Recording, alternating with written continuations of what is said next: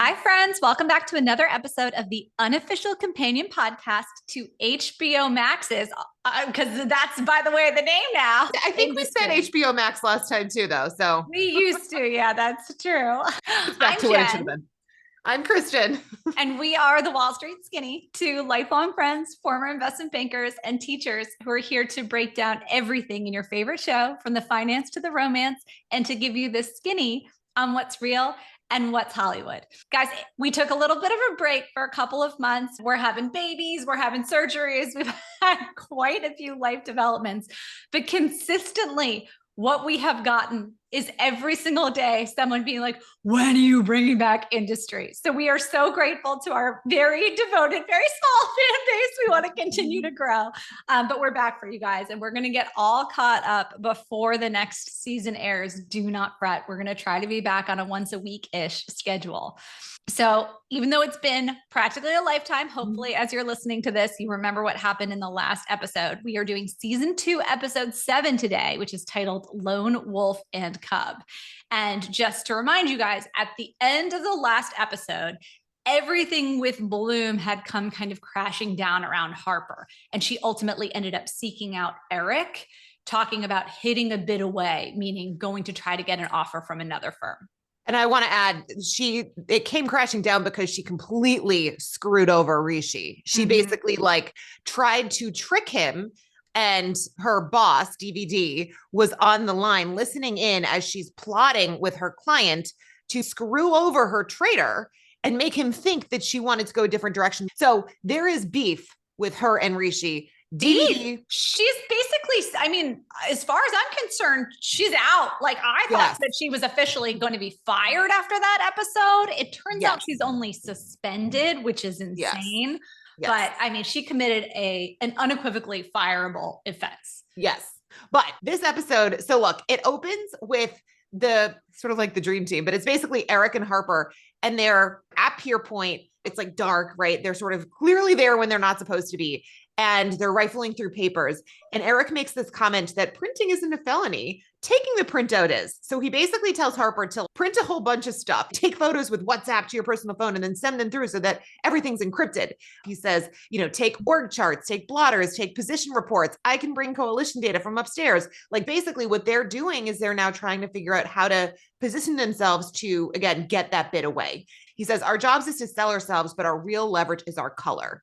And so they need to know what client owns what, who owns who, et cetera. And so as they're there, like I said, they're clearly doing something they shouldn't be. And from a verisimilitude standpoint, I mean, if you were suspended, your badge wouldn't work. It's shocking that Harper even got access to the building. This is what happens. And this is why when people get fired or suspended, they have security escort you out. So you can't do stuff like this. They don't want you sending anything home. And so the idea that they are getting client positioning blotters, meaning they want to know, okay, if this hedge fund owns this security, if somebody is short that or whatever, that's what they're trying to get a hold of. So they can go to a competitor and be like, we know everything about all these clients and their positioning. And that's what they're selling themselves as. Yeah. So as they're there, a cleaning person comes in and they're sort of like, hi. And then Rishi comes in. He has a black hat on. And my favorite is as he walks in, Eric says to him, any particular reason you're dressed as Kendall Roy? So obviously the nod to HBO. It was a nice little wink to the watcher who probably has watched Succession on HBO Max. The overlap of people who watch Industry and Succession is probably a concern. Yeah, the Venn diagram is like basically just one overlapping circle. Yes. So Rishi is coming in. He's on the phone with his fiance, Diana. They're trying to get ready for their wedding. But anyway, he looks up and sees Harper. And then he says to Eric, he's like, what the fuck is she doing here? And this is why when he initially walked in, I was so confused because I was like, wait, I thought they were on good terms because she did save the day with this giant block trade like 3 episodes ago or 4 episodes ago. That's ancient history, girl. History. Yeah, no, the most recent was she just massively screwed him over. And Eric defends her saying that she covers their biggest client. Well, hang on. So Harper thinks that it's just her and Eric as a team. No. Rishi thinks that. Harper thinks that. She doesn't know that Eric called Rishi in. No. Eric says she's the only reason I called you. Harper then pipes in saying, I told him it wasn't worth selling ourselves if we didn't have the best trader on the street. So she's playing to his ego Rishi replies, Totally he's like, I agree. see Yeah, through your he's like, flattery. But yeah, he's like, the way you actually, turn on a dime is sociopathic. Okay, that's possible. Maybe it was, but she didn't place yeah. the call to Rishi. He's Oh, surprised of to course see her not. No, there. because Yeah. he would have not taken her call. So of course it was Yeah. Eric who did that. Yeah. But I think That's that fair. It could have been that's totally fair. yeah. So because she's so strategic, she's playing 4D chess a little bit. And like I do think that she knows that if it's a salesperson and like some person from like CRM, Right. that's not enough to make That's them not a enough. very That's a very good point. competitive Okay, so I'll package. concede that she brought Rishi in. I thought she totally just made it up on the spot and was just covering because she said, oh yeah, I only ran you over to placate Bloom. It wasn't personal. And I know a part of you respects that, which by the way, Rishi totally would respect that if it were true. It's not fucking true. She completely conceived of that idea independent of Bloom. And it wasn't at all at his behest. Yeah. So Eric and Harper are trying to convince Rishi that he should join up in their little team. And they're using, if you remember, the fact that there is this battle between London and New York to see which CPS desk will get folded into the other. And they're saying like, this isn't a merger, it's a slaughter. So Rishi thinks about it and then reluctantly says, well, here's my terms, right? So number one, he wants to make MD. Number two, he says he wants his comp guaranteed for 24 months, nothing tied up in stock, no BS deferrals. And yeah, so let's explain what this means. So a 2-year guarantee would be a typical ask for a trader switching firms. The fact that he says he doesn't want anything tied up in stock or deferrals. So the way your compensation package, just to remind you guys, is typically structured at these banks is a very low base salary and then some bonus that is a combination of cash, deferred cash, and deferred stock that vests over a period of time. Those cliffs can be very long at some firms or very short. Rishi's saying he just wants 2 years guaranteed in cash upfront. Nope, that's not happening this day and age. Like you're very unlikely to get a package like that. And the challenge with guarantees is you're effectively borrowing from your future compensation to get paid up front. You almost always get paid down after your guarantee expires because the bank had to fight to bring you in. Even if you're amazing, they're going to come up with some excuse of why they pay you down in the future once that guarantee expires. right. And so I did like this whole thing where Eric replies, no BS, kings and queens. And Harper basically. Well, no, he says kings. And then he looks at Harper and he goes, kings and queens. And Harper's like, nope, kings is fine. Well, that was the whole point is that to Harper, she's like, I'm as much as a king as the rest of them. Like she's never been like, she DGAF about political correctness. That's always been her thing. I always like that about her. Yeah, same. So next scene, now we are out at dinner with Nicole and Robert. And Nicole is asking, like, is everything okay? And obviously, this is the most like bleak and uncomfortable looking client dinner I have ever seen. Oh, I just didn't I didn't want to be there. I don't want to be watching them have dinner together. It's terrible. Well, and just to reset or remind ourselves of what had happened in the last episode. So Robert has this relationship with Nicole. She is very much his senior. I mean, she's probably in her like mid to late 50s and he's obviously like early 20s, but they have a relationship. Nicole has a history of sexually assaulting her coverage. Like she's done that now. She's on her, I guess Robert would probably be her second that we've seen. We don't know if anything ever happened with Daria. We thought maybe something might have happened with Daria, but we weren't sure. And then she sexually assaulted Harper. And now Robert is her third victim. Who has or possibly second, but either way, there is a pattern. But the thing about Robert is that he has, for whatever reason, developed feelings for Nicole. And so he got wind of the fact that something possibly happened. Harper told him, remember, when they said, be careful. Yeah, something like be careful. Yes. Yeah. So he's been ruminating on this since. So he basically is sitting there almost like pushing his food around, sulking a little bit, and then asks, what was it like being covered by Harper? And Nicole just replies, who? So doesn't give her an answer. And then Venetia walks in. So Venetia is the first year, they call it the grad, who works with Robert, right?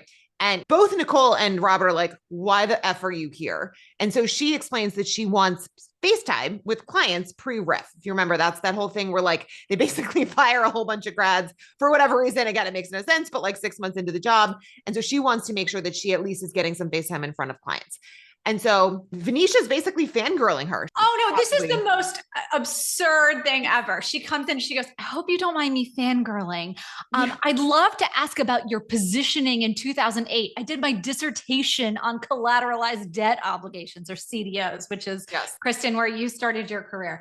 And I mean, the way that she is saying this is truly the way she's saying it, totally unironically, as though like, wow, I'd love to learn. Like, what was it like? And there actually was a trend on social media about I wrote a year the same ago thing down. that was like, yes. yes, what was it like during the Great Depression? And that's how Nicole reacts. Like, oh my God, am I such a dinosaur? Because here she is, right? She's got her hot young sales coverage boyfriend, Robert, ignoring all of the total problems with their relationship. And here she is. And it's like, oh, what was it like, grandma, when like back in the day? And so she says, like, you're making me feel like you're talking about the Great Depression. And Venetia totally unironically goes, oh, it kind of was, right? This is that big milestone for the generation coming up that they were barely even born or conscious during. Yeah. So this makes Nicole feel even worse about herself, because now she's like the old matron who's being asked about this, and she's ruminating to herself like, oh, I'm really over the hill, aren't I? So she starts getting drunker and drunker and says, but it could be worse. We could be ugly, right? And so all of a sudden she pivots the conversation a little bit, right? Into like, oh, well, we're all beautiful people here. Like, right. And that's, well, it's a different vibe. Initially, she was sort of like, why are you here with Venetia? To then like warming to her actually being there. And also, not for nothing, but I do think that Nicole likes having smoke blown up her ass, right? Oh, She's of course. always been on this power trip. So at first it's like, oh, whatever, to like, well, if you're going to flatter me, if you're going to try to win me over, I'll let you. 100%. All right. So next scene, we're back with the three amigos who are still there, like photographing paper. And Eric makes a comment that the Yankees groundwork is done. And so they're sort of like, what are you talking about? And he's like, it's safer to use code names, which is something that in banks, they do all the time. And I don't know if this ever happened in the sales and trading realm. In the banking world, I mean, every single deal that you are staffed on has some code name. So it's like, I remember when my roommate was in the transportation group was telling me, she was like, there's a really cool name that we have for this one deal that we're doing, Project Runway, right? But it would always be like project, like make up a name that somehow tangentially relates to whatever it is. And so as they go through, they start to refer to these different banks as like these different terms, although I could not for the life of me figure out who the Yankees were. Bank of America, right? But wait, Yankee is an affectionate term for an American, right? So like, if you think about, yes. I always thought it was just a Northerner. Like, isn't a Yankee a Northerner? Because of like, no, also relative to the Brits, the Yanks are the Americans. Oh, got it. Okay. Because as an American, I think of it's like you're thinking of the Yankees versus the Red Sox, or like the no. I'm thinking of Civil War. The Civil War. Yeah. It was like the Confederates versus the Yankees. So the Yankees were the Northerners. That's why I got confused. And then obviously you have the New York baseball team is the Yankees, but it's Bank of America. Yankees is the slang term for American, and that's got it. But that. Everything else was much easier for me to get. But again, as an American, it confused me. I think if you're from London, like it's a lot easier. So anyway, that makes sense, Jen. Yeah, it's also just a context thing. They also do go through a whole list of banks that they at the end mention by name who they don't name. Yeah. And I thought initially it might have been Goldman, but then they mentioned Goldman at the end. So anyway, we'll get to that. Anyway, so Eric talks about the Yankees and that we need to show up, perform, and it's done. And he's got some contact there named Douglas, who runs hedge fund sales, that he implies he goes way, way, way back with. So he's got a big relationship. And when you are navigating a career transition, that's how you want to do it. You want to go through a friend that you've networked with, that you have this longstanding relationship with. That's how the vast majority of kind of interbank job changes happen. It happens much less with headhunters, although headhunters do play a part in the process sometimes. But this is like the dream where you know someone, they're super senior, and they're just going to bring you in. Yeah. Well, and then Harper does say, she says that she's had some calls with headhunters, and then Rishi dismisses it. Like the whole point is if you are just taking some calls from headhunters, you're not switching firms the next day. No. Whereas you're going in cold. If you're looking to jump ship immediately, you can't just be like, oh, I guess I'll talk to a headhunter now. No. Well, yeah, I mean, just like, so thinking about the process, right? First of all, she would have had some kind of relationship set up with a headhunter, but then the headhunter has to find what jobs have openings, but you have to cultivate the relationship. Whereas like, if you already have a relationship with the person at the firm, like that's almost the hardest part. So you're 100% right that Yes. But I guess like also this guy who the headhunter is, who they've been talking to, Rishi said was stealing art off the wall at Annabelle's, which I looked up and I guess is a private members only club in London. But most people talk to multiple headhunters. So I don't know. It depends. I mean, for certain roles, there's like one guy or gal who kind of is like the known entity versus like lots of headhunters doing the same role. It kind of just depends on like how niche and how specific the role is at the bank. Yeah. So just to give context, because again, a lot of people who tend to listen to our stuff are interested in, for example, like private equity type of roles. And especially for like the new associate recruiting, there's different headhunters for like different firms. So you have to have relationships with multiple. Yeah, like if you're hiring in an options trader, there's probably one or two headhunters who like have established themselves as I'm the options guy or I'm the options gal and I know everyone on the street. But so one of the reasons that Rishi is so nervous is because he feels like they're putting all their eggs in one basket with Eric's contact at the Yankees. And first of all, you cannot leave your job without an offer formally secured. Okay. 100%. You will be, in Rishi's words, dead, right? And that's exactly how it works. It's always, always, always better to apply for a job when you have a job than to be starting from the beach because you have zero leverage whatsoever. And Harper's screwed, Eric's screwed, but Rishi is in good standing with Pierpoint. Yes, he's been overlooked and passed up for promotions, and he's definitely made some mistakes along the way. But like Rishi has the most to lose of Harper and Eric by going in on this little journey with them. Yeah. Well, so then Harper suggests that they message someone at, and again, her code word for this next bank is Reichstag, a German name, which is, I assume, Deutsche Bank. And Eric says, no, he doesn't want the Yankees to get wind of that. To your point, he's so worried that they're going to jeopardize this Yankees move. Whereas Rishi is like, I'm not doing this without a contingency. So Harper says she just needs an offer. She doesn't care where it comes from. And so Rishi says he's going to message the big swinging dick at Reichstag and say that the best team on the street repping Jesse Bloom is available to midnight. By the way, if you remember, Harper's not exactly on great terms with Jesse Bloom. So as they're having this conversation, she says she's going to go out and get food. And she tries to call Jesse, who is not answering and clearly has not answered her calls for a while now. Rishi and Eric both believe that she's still They don't know this. Yeah. So she is concealing from them that Jesse is screening her calls and not talking to her. And she says on her voicemail to him, I know fast aid is moving against you. So just to refresh here, he is short fast aid and he is getting squeezed. He wants the stock price to go down and it is going up. Yeah.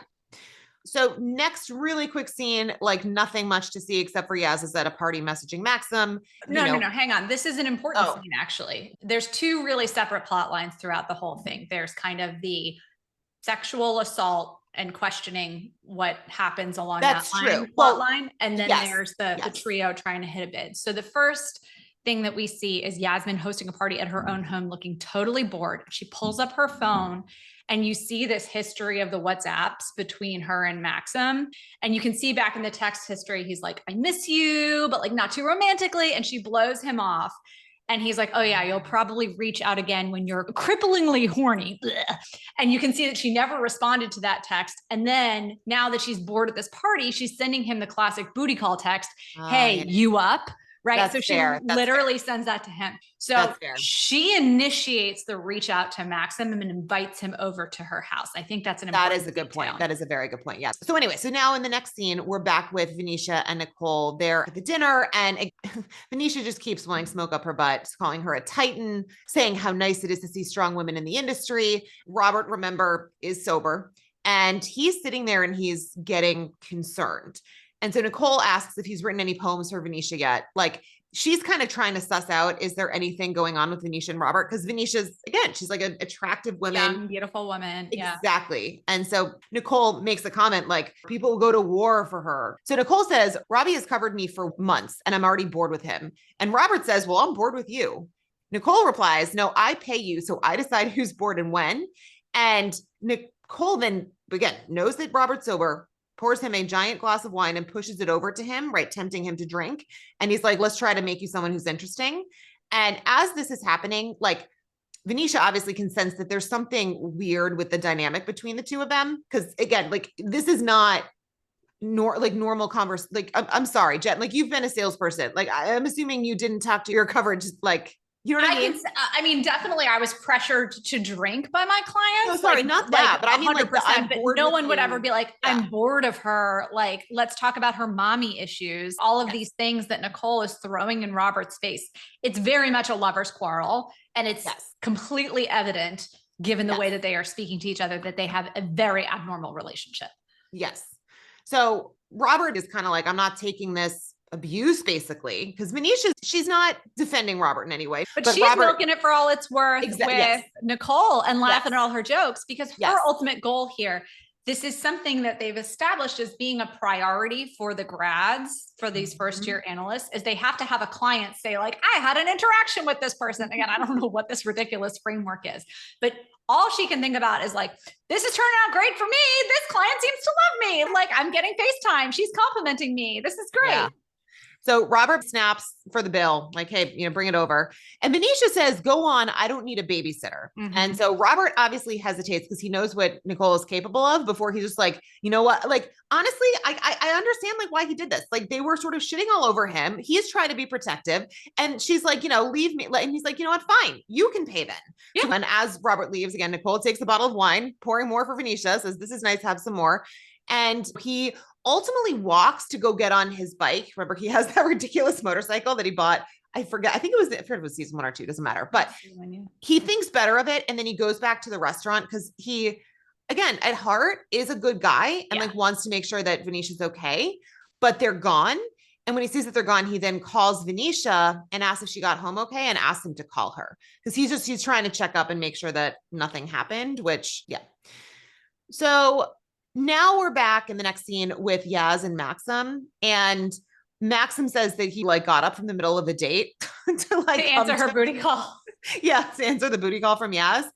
And Yaz asks why Maxim didn't tell her that Celeste is married. Again, remember, Celeste is freaking like Yaz's boss. And then he realizes that they slept together and Yaz admits it's a mistake, whatever. And he then asks if there was anything that Yaz wanted to tell him about Berlin. So if you remember, she had gone to Berlin and talked to Maxim's cousin who had been having an affair with her father and likely fathered her half sibling. Well, not only that, but he also says, not only should she not have done it, he's like, there's probably going to be some minor legal ramifications that I'll have to deal with, as always, cleaning up after you and your dad.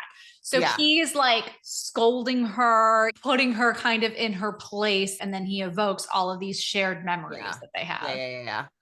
And then he tries to basically make a move on her, forcing himself on her. And she basically just like, what the, like throws him off. And Maxim apologizes, but this becomes very important for the conversation we're about to have later with point counterpoint. Yes. And remember, in the very first episode, Yaz had wanted her boyfriend to choke her during foreplay. And so when Maxim tries to be forceful with her, right, since they've slept together, this probably isn't something new. And he thinks he has license to do that. It's like, you called me. We're lying in bed, snorting cocaine together, or whatever it is they're doing. I am doing all this stuff for your family. Like there's this almost air of entitlement to him that like, well, of course, this is the next logical step. I don't need to ask for consent. This is just you and me, right? We can jump back in. And she's not on that plane at all. She's upset about Celeste. That's where her mind is. She's upset about what happened with the nanny, who is the mother of her half sibling or whatever. Yeah. They're on totally different pages and he doesn't realize that. He realizes it the second she pushes him off, right? Yes. And Yaz is just like, you know what? Fuck this. Kicks everyone out of her house. She's like, party's over. And she's super pissed and annoyed. Although she says party's over and nobody listens. So it's like one of these things where she's like, music's off, everybody out. And they just continue to like continue to party. But so back with Harper again and the three, I feel like they need a cool name. I call them the trio in my notes. Nice. So it's 5 to midnight and they had told Reichstag that they had until midnight to basically like hit a bid on this dream team. Which is absurd, by the way, because I'm sorry, like I'd be asleep if somebody was like, I have the best offer of all time. I'd be like, well, I'll check it in the morning at 6:30. I'm asleep. 100%. Especially since they were sending a LinkedIn message, by the way. If somebody's sending me an urgent, life-changing LinkedIn message at midnight, it ain't happening. I never see my LinkedIn messages until like 3 weeks later. But anyway, so Harper is getting a little bit worried. She's like, oh, they aren't calling. And Rishi's more confident. And so Eric says, let's not let it fuck with our momentum with the Yankees, right? Because what the Yankees are buying is confidence. And so Rishi says he's going to go in the next day to Pierpoint, right? Because he doesn't want anyone to realize that he's looking to hit a bit away. And so he then starts cracking jokes, and Harper is asking why he's so calm. And he makes this comment. He said, my dad said, if you lob something out into the universe, occasionally it will lob something back. And as someone who like kind of does believe in this idea of manifesting, I actually did like that, even though in this context, it's not like really that deep, but I also think he is also the one who still has a job and the other two don't. So, well, they're also going through the litany of excuses that he's going to give. And he's like, I'm just going to say I'm getting my teeth cleaned. And they're like, wait, you're going to say you're getting your teeth cleaned twice in the same day, right? If they're going to step out to take 2 meetings. And he's like, all right, I'll say I'm getting my arsehole waxed. God, I mean, yeah. And it is hilarious because when people are interviewing, all of a sudden it's like, how many dentist appointments can you possibly have in one day? The things that people will make up. They'll be like, oh my God, I like forgot that I suddenly have a broken bone. Like it's absolutely, this is spot on that people make up dentist appointments for this exact reason. You should be suspicious of anyone you work with who gets their teeth cleaned more than twice a year. 100%. So next scene, Yaz gets in the elevator and Kenny jumps in, like smile on his face. She looks hungover from her party. When he asks her how the job is, she says, it's great. It's where I should be. Meaning like I've achieved what I was working towards all along. But that's what she says. But her face doesn't show that level of satisfaction. It shows like this, like regret and like hesitation. Which like, how would it not? I mean, she literally like slept with her boss and then found out that her boss like is married. And anyway, so 100%. Yeah. So Kenny makes this comment that he had this Oscar winner come into the office. The Oscar winner said, the day after winning, I looked at the statue and I thought, thank God I didn't spend my entire life pursuing this because I feel exactly the same. And there was other episodes where we talked about this. I think it was like with regards to the brother and like some other stuff where it's like when people work really hard to achieve something and then you get there, this happens to Olympic athletes where it's like the worst day of their life is the day after they win the gold medal. Because it's like they've won and it's like, well, now what? You know, like you've hit the peak. Like there's nowhere to go but down. But downhill. Yeah. And so as he says this, he then starts to tell her how he's been thinking a lot about step 9. He is on this like AA journey. And I guess step 9 in AA is make direct amends with the people who we've harmed, except if doing so would injure them. And so he says, I hope this doesn't injure you, but I'm sharing my first AA meeting 6 months sober. And then he asks if she would potentially come. And she says, well, if you tell me who the celebrity was, then I will think about it. And so he replies and gives her a clue and quotes, I guess, something from a movie. It says, I've always been interested in the stars, but I looked that up and it's not actually a real quote. I guess the closest thing that it comes to is like, there is something in Contact with where it's like, Jodie Foster. Yeah, I couldn't place that either. I actually looked it up just briefly and gave up. I wish they'd done a real quote. So again, their banks are real aside from Pierpoint, but this movie quote is not. So anyway, in the next scene, Harper and Rishi are at a meeting and they are coming in strong. And the people who are in the meeting do not seem impressed. And this is the Deutsche Bank meeting. This is not the BOA meeting. Exactly. Yeah. So one woman says to Harper, like, aren't you a little young to be talking like that? Well, Harper said something like, if I'm good enough, I'm old enough. Like, you guys want us. We're the dream team. They are definitely operating from a position of strength in this conversation. Yes. But they ultimately do seem like they are able to convince them of the worth of Harper, who is covering Jesse, and then Rishi, who obviously is a traitor. Well, hang on. I think it's really important to talk about what Rishi says he brings to the table. So Rishi says that he's a dying breed. He says, I'm a prop style guy that embraces customer flow. If you guys don't want to take prop risks while serving clients, I'll head straight out that door.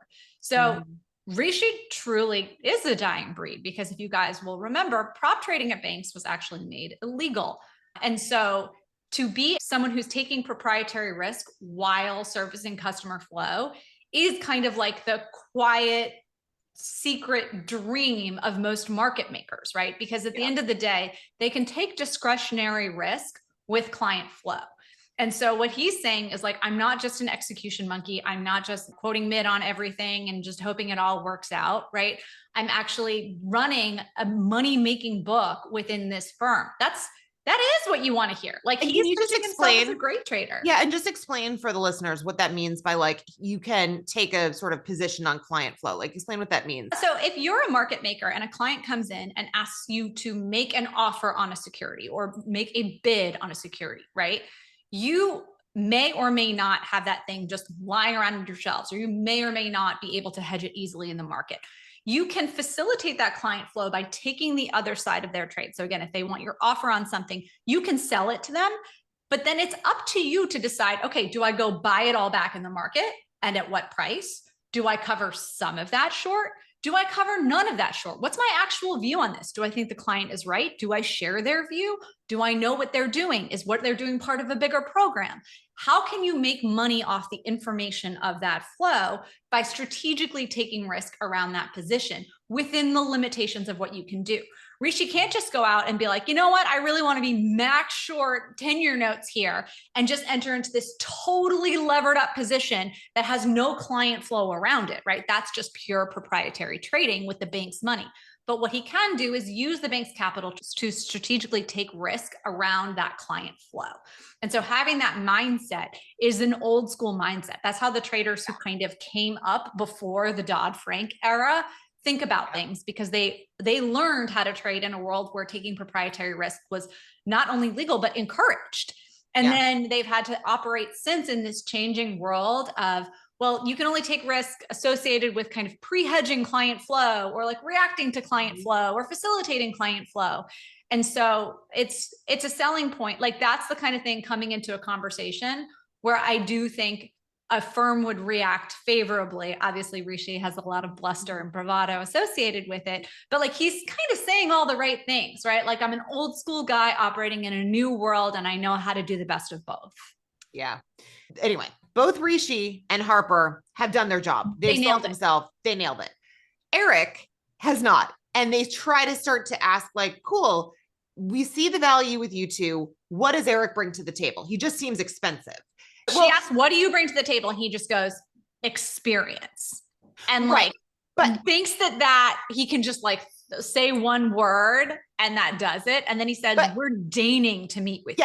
Like you're so beneath us. Well, and he says that. He says, we're punching down, make us a good offer, and we'll upgrade you by our very presence. And it, shocker, doesn't work well. But I do think that for him, he doesn't want this, right? He didn't want to go into this meeting to begin with. He didn't want there to be any wind of this possible meeting, getting back to Bank of America and jeopardizing that potential move.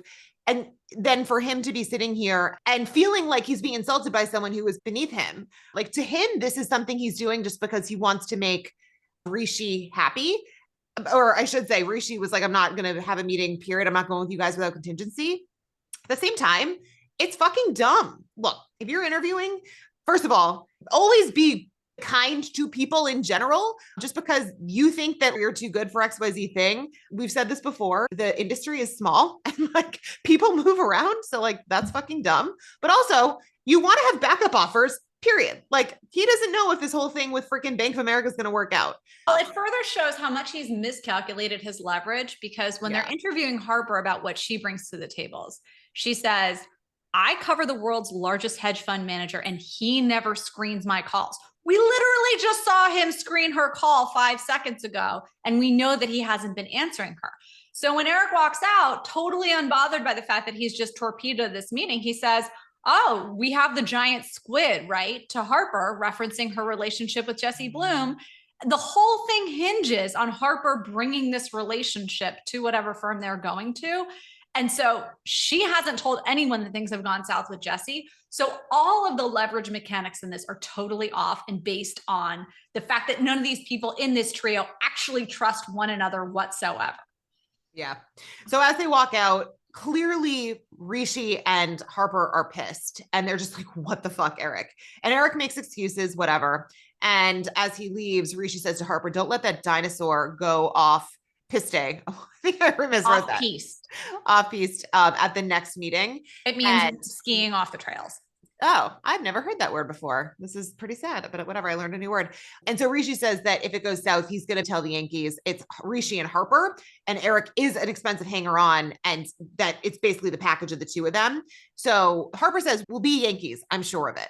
There was one other detail from this meeting that I wanted to cover that I want to get back to. Yeah. One of the pitches that Harper makes is she says, the other European banks are morgues, which is actually true. Like when thinking about a cross asset, especially a US dollar denominated rates type business, the American banks definitely have the advantage.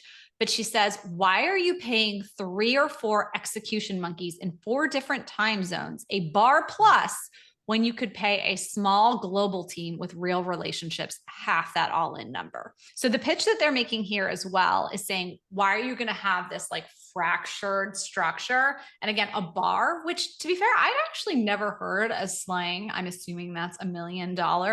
So she's saying basically that you're going to have all of these different teams. And so you can kind of back out what number they're looking for, right? If they've got 3 or 4 people, so let's call it 4 people getting paid $1 million in 4 different time zones. Oh, so $16 million. Right. Okay. So I'm saying if it's the 3 of them, I'm guessing she's saying less than half of that. So half is 8 right now. They're basically asking for somewhere on the order of magnitude of like $4 to $8 million for this team, which is like the type of guarantee you'd get for like a primo, like this is a huge fish that we've landed who's going to really drive our franchise. So they're asking for like a premium price on their team. They aren't pitching themselves as like, oh, we'll take whatever you get for them. They're asking for like 2010 numbers as far as like what they'd be commanding. I mean, she's an associate, right? A third-year analyst. Rishi. Third-year analyst. She wasn't even promoted yet. So yeah, exactly. That's so wild. It's like probably it would be like $1 million for her and $2 to $3 million a piece for Eric and Rishi would be like what she'd probably be asking for. And $1 million for a third year or like a first year associate. That's absurd.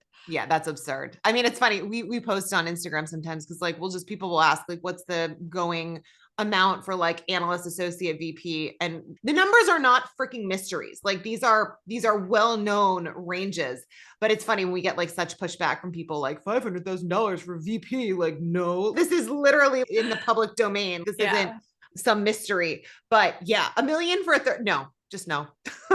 Just no. If you're at Jane Street, maybe, but a bank, no. So anyway, this all sort of wraps up. Rishi goes and says he has to show his face at Fear Point. And Harper then takes her phone out because again, she's still trying to get Jesse. Freaking out, right? Because everyone keeps saying this all hinges on your relationship with Bloom, which she doesn't have. Right. So, but again, she lies cool as a cucumber. I mean, it is unbelievable, like how she's able to just completely. As Rishi said, she's sociopathic. She, to me, again, I don't know the correct definition and like how to tell if someone's a sociopath, but Harper's behavior is that of a sociopath as far as I'm concerned.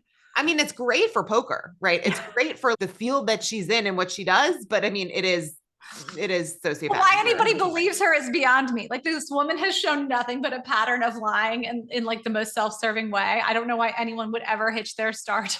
I know. So yeah, so she takes out her phone, tries to obviously text Jesse, tons of texts that have gone to him that he has ignored. And then she decides to call Gus because Gus is still working with Aurora, who is like something MP in the government. Yes. Yeah. And she asks if he's heard anything about the contracts with the NHS, remember, because that's a huge deal for this Fast Age short that Jesse has on. So she's trying to get inside intel so she can like share it with Jesse. And she literally says, have you heard anything that might be material for the Fast Age share price? I know. I mean, the word material, like they are hitting you over the head with this so hard. But she says, I'm not asking for anything illegal. Just what are the whispers? And Gus is like, it is illegal and unethical and deeply, deeply stupid. Yes. So she then asks to speak with Aurora. And Gus replies, Harper, what fucking line are you on? Because like the shit can be monitored. He goes, I'm going to do the biggest favor I could do and hang up. And as he does that, we realize that he's actually at Jesse's house. So he walks into a room where there's like rap music playing. Jesse's in some like giant castle that he's clearly bought or rented. It's awful. But his office is this huge room. It's like an old library or a ballroom or something. It's a 2-level thing with a balcony around the top that's empty. except his trading rig and a basketball hoop. And his trading rig, by the way, has like 12 to 15 Bloomberg screens. Like it's huge. It's a good size rig. But so anyway, Jesse, he's in this huge room. Gus walks in and he asks Gus what his actual name is. Gus says it's Augustus Saki. And Jesse then makes a comment. He says, well, what do you think Leo might name his fund if he goes into finance? Remember, Leo is his son who Gus is sleeping with. And Gus is like, I don't think he wants to like go into finance. And the more you push, the more he's going to back off. And so Jesse asks, are you lecturing me on abuses of power? The guy I hired to tutor my son who slept with him? I mean, I'm rich enough to be a Democrat, but you think that sits well with me? Gus apologizes. And Jesse then says that he's been drifting long enough, meaning Leo. He'll either follow me back to New York City or I don't know, I'll cut him off. Isn't that what people with means are supposed to do with their unruly kids? As it turns out, money couldn't buy it without a network. And then Jesse hands Gus this manila envelope full of cash. And Gus is like, there's a colossal amount in here. Because remember, right, what he's talking about is he had this massively unmotivated son in Leo. And Gus ultimately was able to get Leo excited about applying to Oxford, where Gus was an alum. So Jesse says, yeah, I thought $30,000 would cover it. And Gus is like, but he didn't get in, to which Jesse says, yeah, but that didn't reflect in your tutelage. He tried, and I could tell he was disappointed, and he wanted comfort, even from me. We made some progress. So thank you. And as Jesse walks away, he says, just imagine what it would have been if he did. Yeah. So there's so much to unpack here. So first of all, the real reason, if you remember, we were introduced to Jesse's character at the beginning of the season was he was coming to London. He's an American investor who came to London to support his son during the entire college application process that was not going well, right? And his son, Leo, wanted nothing to do with him. But finally, at the end of the last episode, Gus convinced Leo to reconnect with his dad and be honest with him about the fact that he hadn't gotten in. And that was the big light bulb moment for Jesse when he doesn't really care about the fast age short. He really just wants this relationship and he chooses his son over Harper, right? So now we're seeing the fallout from that. The back and forth between Jesse and Gus is also super ironic because he's like, talking to him about what's appropriate while Jesse is wearing this shirt that very visibly across the front of it says, of course I come fast. Oh, I missed that. Yeah. And he's also paying Gus under the table, right? He says, I'm giving you this envelope of cash so that Her Majesty's tithe collectors can't get their hands on it. It's a very kind gesture from Jesse. And what he's really thanking Gus for is having brought his son back to him, right? And this whole back and forth about like whether or not Leo will ever pursue a career in finance, you know what I'm saying? Is like Jesse kind of musing out loud about maybe we will be closer and like all these things. And it just sets the scene for then a later conversation between Gus and Leo. Yeah. I mean, it's funny because Jesse, the one redeeming quality, we've said this from the beginning, is the relationship that he has and wants to have with his son. Yeah. All right. So next scene, we are with Celeste and Yaz in private wealth management land. And they're talking with some rich client who like wants to buy the Beach Boys back catalog and is into NFTs. Whatever. We should explain what NFTs are. So remember the timing on this episode. This was like immediately post-COVID at the height of the crypto bro, NFT, Web3, like everything that was exploding at the time. And NFTs are these non-fungible tokens that are basically like a digital record of ownership that is verified by the blockchain. And do you remember how big a thing NFTs were? And it would be like some picture of a monkey or something like that. And everybody like, oh my God, it just sold for however many millions of dollars equivalent. It's like the meme coin stuff. Yeah. Mm-hmm. And so the person that they're referencing this meeting coming up with is someone they're referring to as His Highness. Yes.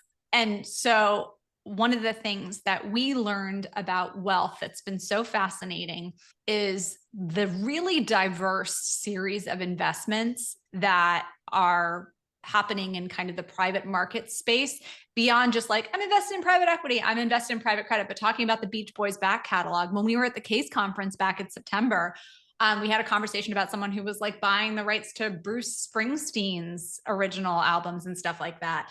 That's something that is really cool that increasingly is the focus of these wealth management firms. It's not just like a 60-40 portfolio or whatever. It's really all these crazy structured private investments that I think are really interesting. Yeah. Although anytime I hear people talk about like catalogs and stuff, I'm reminded of the drama with The Taylor Scooter Swift Braun thing. and Taylor Swift. And then also recently it's been in the news that Justin Bieber possibly sold his catalog, like all of Yeah. the rights to his songs. Never But really followed the story with Taylor Swift and Scooter Braun. Didn't he like offer it to her or something like that? And she rejected the offer and just went and re-recorded everything? no, no, no, no. Taylor Swift, there's been massive drama with her and Scooter Braun Mhm. for, I mean, decades, right at this point. If you remember, like way back, Mm. Kanye, Scooter Braun, Kim Kardashian were all close, and they sort of ganged up a little bit on Taylor Swift. So what ultimately happened is her music catalog was owned by somebody. Again, I don't know who the heck owned it. And he then sold her catalog to Scooter Braun. Mhm. And she felt very betrayed by that because obviously the person that she had been working with like knew the history, and of all the people for her to Oh. have her masters be sold to, for it to be have been sold to him, felt like a huge betrayal to Oh, her. I see. It is possible they asked if she wanted to buy it and she said I no. think I he mean, then offered to her for her to buy it from okay. him at a profit, obviously, to where he had purchased it. And I think she said, F you, I am going Well, to Demi, yeah, re-record I everything. think it was Demi Lovato who had the idea of you can also just re-record it, and she was like, "Great, I'll re-record them all." So that was the yes. Got it. Got it. Got it. I Yeah. can only imagine that Scooter Braun and Kanye West are no longer close.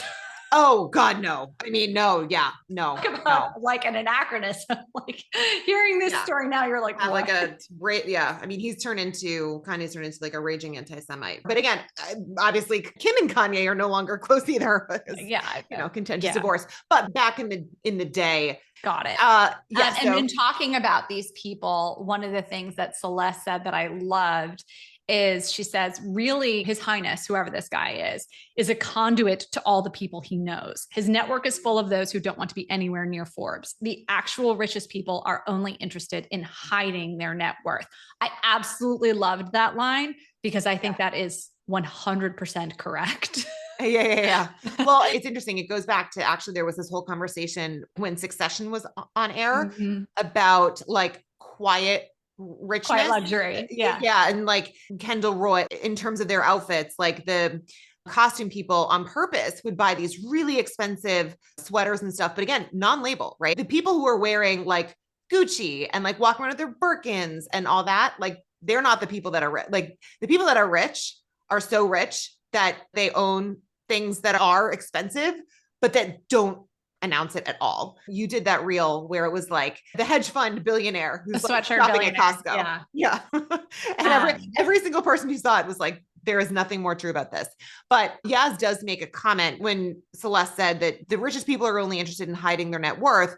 Yaz says because they're afraid of being eaten, in terms of like eat the rich. And Celeste then changes the subject and says that she's Celeste kind of just looks at her like, yeah. because I do think, right, this was like during a moment when this show was airing. This was like when AOC wore a dress to the Met Gala that said "Eat the Rich." Right, this was a very specific cultural moment in time, 3 or 4 years ago.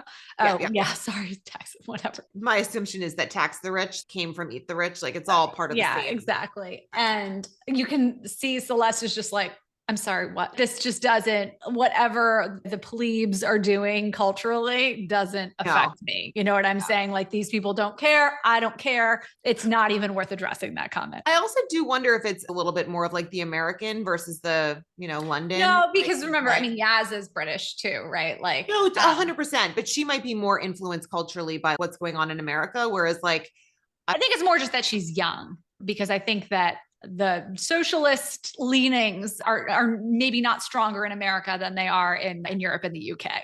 This is fair. So yeah. So then Celeste changes the subject and tells her that she's having a gathering at her apartment and thinks it would be helpful for Yaz to come meet people. And as they're talking, we then see Venetia coming to see Yaz. So Venetia, and her body language when she walks in, by the way, this is Venetia who we were introduced to in season 1 as the obnoxious recruit who was like, are there any real females at the top? Blah, blah, blah.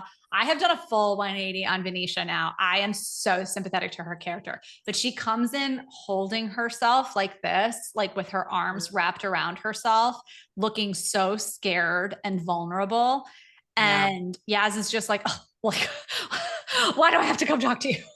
I mean, but again, Yaz hated her for the longest time. I do think she like softened a little bit towards the end. She did. But Venetia is this idealistic young person who hasn't almost been like beaten down by the realities of the real world and like the shit that gets thrown at people. And this was like almost her first exposure to like something pretty bad happening. And so she comes and is telling Yaz about how Nicole assaulted her. And Venetia says that she stopped it before it went too far, but she thought that it shouldn't go unsaid or unreported. And Yaz then sort of giving her a non-believing look was like, are you sure it was an assault? And well, also when she says it was a she, you can see that Yaz is visibly surprised when she says a client assaulted me in the car. There's so much with Yaz where Yaz is the worst person to be telling this to because Yaz just slept with her female boss and also was just basically assaulted by Maxim. She says, just assault is a sliding scale, especially if you stopped it. And Venetia was like, well, I don't think it is, because my assumption is like she's sort of using in her mind like what just happened with Maxim, right? That's correct. So, I think she's directly referencing what just happened. But remember, she's got her whole long story of what she's endured, not only with what just happened with Maxim, but what would happen with Kenny. Yeah. So she says, we've all been there. And Venetia's like, she tried to put her hands between my legs. And Yaz then says, I don't know. If I were to call every unsolicited advanced sexual assault, then I was assaulted yesterday by that metric. And Venetia is like surprised. And then she gives her these sincere wide eyed. She's like, oh, you were? Like, oh my God, tell me your story. Like, are you okay? Yeah. And then Yaz asks if she a big client, to which Venetia says yes. Yaz asks if she ever has to see her again. Venetia says she doesn't know. And Yaz is like, well, Riff is right around the corner. I think there's your answer. Look, cynically, it might even help you. You strike me as pragmatic. And she gets up and then she walks into the meeting with the prince. So again, this is such a wonderful scene. I think it is so nuanced and shows just the level of complexity. They've set a generational divide almost between Yaz and Venetia, even though they are so close in age. They're a year apart. Yeah. Right. But they truly are like the old guard, kind of what I think the industry was more like when we were coming up through it. Yeah. And the attitudes now from young women coming into the industry being like, I have very firm boundaries. This is not okay. I've been raised in an area where you're taught to speak up about these things. And Venetia is so sincere and so sympathetic because, I mean, we didn't see the incident, so we don't know, but we have seen Nicole in action before. So we saw it with Harper, so we have an idea. That's every reason to suspect that what happened was 100% sexual harassment. Yes. We have no reason to think that Venetia is exaggerating or whatever. And yes, all she can think is like, A, you don't understand how the world really works. B, stop exaggerating. Like, not everything is a big deal. And C, hey, maybe you can use this to your advantage. Have you ever thought about that? Which, by the way, is what Harper did. Which is what Harper did. And remember what Yaz did in her conversation with, who's her MD? Hillary Wyndham. But he told her that she should do that because she had the conversation with Hillary about what Kenny did. And Hillary was like, well, if you want to stick around post-Riff, I hire team players. So it's interesting because Yaz's first instinct was to brush it off. But then when push came to shove, she was trying to decide if she should make a big deal out of it. And then she was actively counseled, don't fucking do anything. And so now she is giving the same advice because I think has totally internalized the institutional response that Pierpoint has encouraged, right? So she has gone from being the outsider who is trying to break into the culture of Pierpoint to now being the person who is passing along this toxic Pierpoint culture of like, this is just how life goes. This is just part of the job. And hey, if something bad happens to you, trying to use it to your advantage. This is utterly insane. Now, looking at this through a 2025 lens, looking at this through like a 2012 lens, it's just so interesting to see how they've really captured both of those dilemmas through these characters so beautiful. I love this piece of writing. Yeah, same. All right. So now next scene, we're with Gus and Leo. And Leo is talking about how he's actually really enjoying hanging out with his dad. And he's really happy that their relationship is improving. And he thanks Gus for helping him feel like he could do things on his own, even if he did fail. And anyway, that's just going to set the stage for a scene a little bit later. Well, also, I mean, when Gus lets him know that his dad is like, maybe he'll one day come join me in finance. Leo says, I think his life making sweeping predictions about the prices of things based on people's fear and greed. I think it genuinely might be one of the most asinine ways of spending your hours on earth. So much for Jesse Bloom's dream of this kid taking over the family business one day. You never know. I mean, he's still in high school. He's got 4 years, 3 years. I feel like, isn't it in the UK? Like it's 3 years or something, but yes, I agree with you, but I feel like also people change their mind in college. Oh, he's still so young and such an idealist. Yeah. All right. But so next scene, we're on the trading floor and Venetia is talking to Kenny. Like she went to Yaz. Yaz wasn't helpful. Still with that body language, that like very vulnerable, like scared body language. Yes. But so she is telling Kenny what happened. And so Rishi comes in. DVD asks why he's late. Rishi lies, says he's at the dentist getting a tooth filled. And then Kenny comes over to talk to Danny and he asks if they can talk. And so he says that he wants to go to a quiet place. Hang on. Robert is watching this whole interaction with Kenny and Venetia. And you're hearing these little snippets of their dialogue. He's saying, leave it with me. And Robert is starting to suddenly panic and think about what's happening. But I think one really interesting detail is that we have this view of Robert looking over his shoulder at this interaction, but we can see his monitors. We can see his screens. And he has so few things going on his screens that you can see the background, the PurePoint logo on the background. And I don't know if that was deliberate or not, but if you are a salesperson or a trader and you have so few things open on your screens that you can see the background, it means you're not doing anything. Like you're not busy. He has one client. He has one client and it's Nicole. And so he still, by the way, like everything's going up in flames with Nicole. He has nothing else going on. And he's still not being a very good salesperson. Like even if his relationship with Nicole weren't so fraught with peril, at least have a couple market monitors open and maybe a spreadsheet and like your email, Right. I mean, I'm not entirely sure how he's not been fired yet, but that's a whole different conversation. Well, because again, I think Nicole is the only thing standing between him and a layoff. That's true. So Kenny comes over, says he wants to talk to Danny. And as he's doing this, he points to Robert and says, this involves you too. I love the way, by the way, that Kenny came over with such a respectful approach to DVD, both talking about like, hey, I guess I'm the senior guy here. I think you're the senior guy here. And he says, not sure we've met beyond head nodding, which is such a great line because that's exactly what happens on trading floors. You walk by these people that you've never actually like been properly introduced to or know or whatever hundreds of times, like on your way to the bathroom or whatever. And you literally just like nod at each other when you pass, but you have no idea what those people's names are. And it's like way too late to introduce yourself, to be like, hi, actually I'm so-and-so. Like, I know you work in FX and I work in rates, but like we've never met. Well, even that interaction, which I actually think is really important, sets up that like there is such a vacuum of leadership. Oh, 100%. It was a bit, which is what they get into subsequently. So that's why I just wanted to flag it. 100%. But it's like they had, shipped he off. Says, since we are the de facto senior salespeople on the floor, and this is quite sensitive, can we hop off and chat? And that's, again, they are handling this beautifully. I think they're being like, hey, they are, but they also like don't know what they're doing. No. But I think, sorry, let me rephrase. I think that they are trying to handle it in the right way, right? I think that they are being like, okay, there's an emergency. There's no grownups around. We need to be responsible for this. 100%. But it does feel a little bit like they're playing house. Like that was how it came across. So they pull them into the conference room and they ask Robert what happened at the dinner.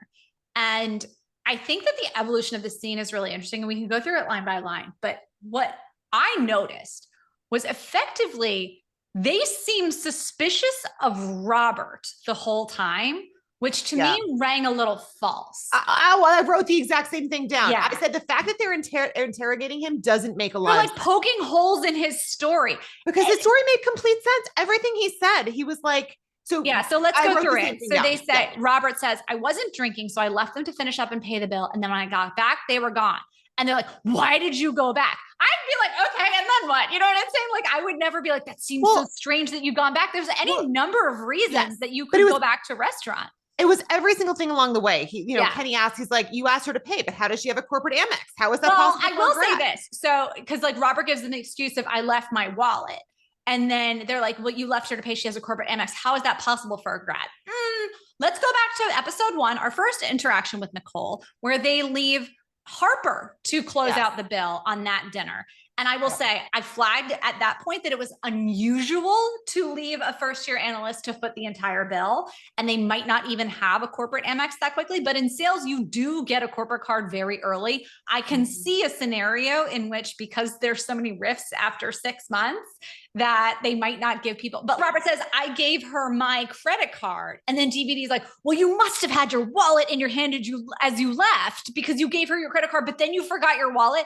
I mean, truly, they are poking so many holes in this story that rings so false. It's like they suspect Robert and they have no reason to, because Venetia has not accused Robert of anything to the best of our knowledge. Right. So I had literally written down the same thing. I was like, why are they interrogating him? He's actually giving logical answers to the questions that they're asking, because like everything he did at the dinner, like he was actually trying to protect her. Yeah. And ultimately he's like, fine, you guys just want to sit here and like shit all over me. I'm not going to just sit here and be your whipping boy. I'm going to leave. And then she says, I don't need a babysitter. So he's like, okay, here's my, like it all makes, I totally agree. And Robert's sitting there during this interrogation, realizing his story isn't adding up. And they say like, and then you called her and you wanted to check that she got back all right, even though you left first. Like, it also made no sense. Like, of course he did. Yeah, of course. That's a totally normal thing to do. So then DVD asks him point blank, in all the time you have been covering Nicole, have you witnessed any behavior that made you or any person you work with uncomfortable?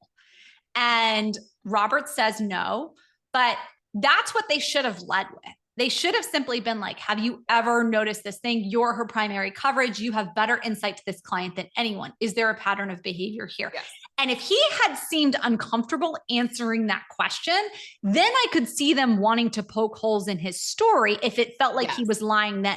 But it rings totally false that they would have been so suspicious of Robert. Right. And so then DVD says, well, this isn't an in-house peer-to-peer issue. It involves a client. And Kenny says the reporting channel's a bit fuzzy, but DVD says it became my responsibility the moment she told you it's unacceptable for her to attend a dinner and be unsafe. So they're going to escalate it to Adler, who's in town to meet with the desk heads pre-riff, and they're going to run it up the chain and go from there. But this is where it just felt like it was these people who had no idea what to do next. That's why I was like, it's like playing house. They're like, well, we're supposed to have a conversation. Now what do we do? Whereas if you had someone who was the adults in the room, whether it was a Hillary or a Eric, they probably wouldn't have done the right thing. Although again, by right, we'll see what Adler tells them to do. But it still just felt like they sort of were so out of their league. Like they were just like, wow, what do we, by the way, what do we do? Like in this day and age, that seems insane. The amount of compliance and sexual harassment training that you have to go through at these firms now on a very regular basis is tremendous.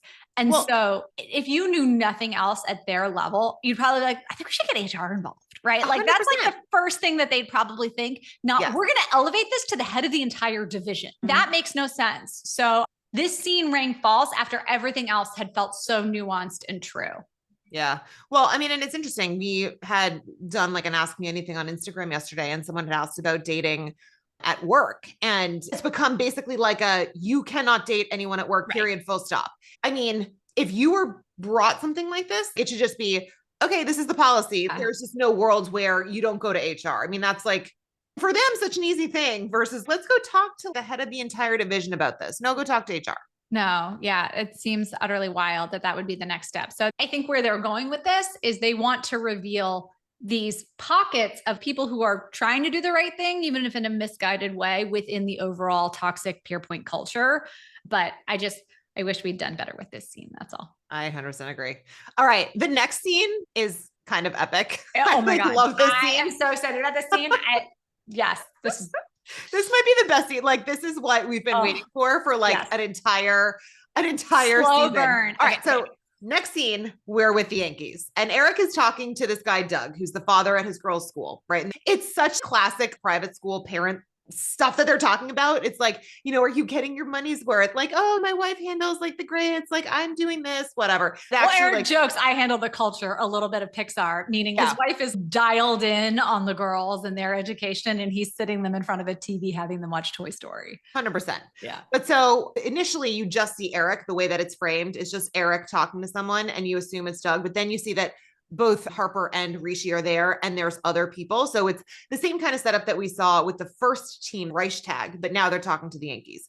And so they have this conversation. It seems to be going really well. Like Douglas asked them to tell him what the holes are in their business, effectively saying, hey, please make the case for why we need to hire you. And Rishi says, you've over juniorized your trading desk. Accounts want to know that they are seeing the flows or getting the best price. You can't be neither. And it's 100% true, right? What you're competing on as a bank is either you're competing on the best prices or how much information value your clients are getting from you and they're willing to pay for them. But you can't give no information and you can't give terrible pricing. And so he's trying to make the case for paying up for a big senior trader who's going to deliver all that. Yep. And then Eric says, you're right. You need our dynamism because reputations are burned while they're enjoyed, meaning you constantly have to be working to maintain your reputation rather than resting on your laurels, which is the most ironic delivery of that line possible because at that exact moment, in walks Daria. This is like a jump scare out of a Well, no. They say, Daria, she's the new MD on the team. Eric is literally mouth agape. Like his jaw is on the floor.